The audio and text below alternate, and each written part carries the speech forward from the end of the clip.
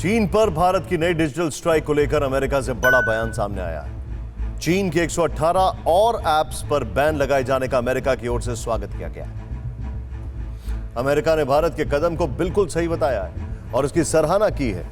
America के economic growth department के under secretary Keith क्रैच ने दुनिया के बाकी देशों से भी इस अभियान में शामिल होने की अपील की। वैसे अमेरिका समेत दुनिया के कई देश भारत की राह पर चल पड़े हैं, जिसमें सिर्फ चाइनीज ऐप पर शिकंजा नहीं कसा जा रहा है, बल्कि चीन की बाकी कंपनियों का भी बॉयकॉट शुरू हो गया है, जिसकी शुरुआत जून में हिंदुस्तान ने की थी।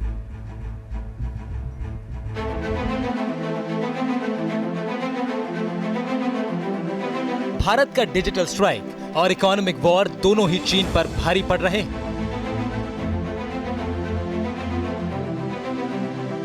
9 जुलाई को चीन से आयात होने वाले स्टील और फाइबर ग्लास मेजरिंग टेप पर एंटी डंपिंग ड्यूटी लगाई गई, जिससे सस्ते चीनी माल की भरमार पर रोक लगेगी। 24 जुलाई को सरकारी खरीद में बोली लगाने के नियम बदलकर बड़ा झटका दिया गया, जिससे सरकारी खरीद में चाइनीज कंपनियों की एंट्री बैन हो गई। 30 जुलाई को सरकार ने कलर टीवी के आयात पर प्रतिबंध लगा दिया, जिससे चीन को तगड़ा झटका लगा, क्योंकि देश में सबसे अधिक टीवी सेट चीन से ही आयात होते हैं। 4 अगस्त को डिजिटल प्रिंटिंग प्लेट के आयात पर भी एंटी डंपिंग ड्यूटी लगाकर चीन को झटका दिया गया। 11 अगस्त को चीन से आने वाले 20 सामानों पर कस्टम ड्यूटी बढ़ा दी गई, जिनमें लैपटॉप, कपड़े और कैमरा वगैरह शामिल हैं। 13 अगस्त को चीन को नया झटका भारत की सरकारी तेल कंपनियों ने दिया, जब चीनी कंपनियों से चार्टर टैंकरों की बुकिंग बंद कर दी गई।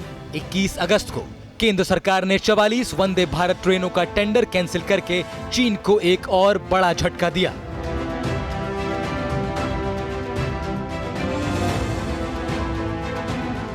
सरकार जानती है कि चीन की इकोनॉमी एक्सपोर्ट पर टिकी है और भारत उसका बड़ा बाजार है, और यही बाजार चीन को बेहाल करने के लिए एक बड़ा हथियार है।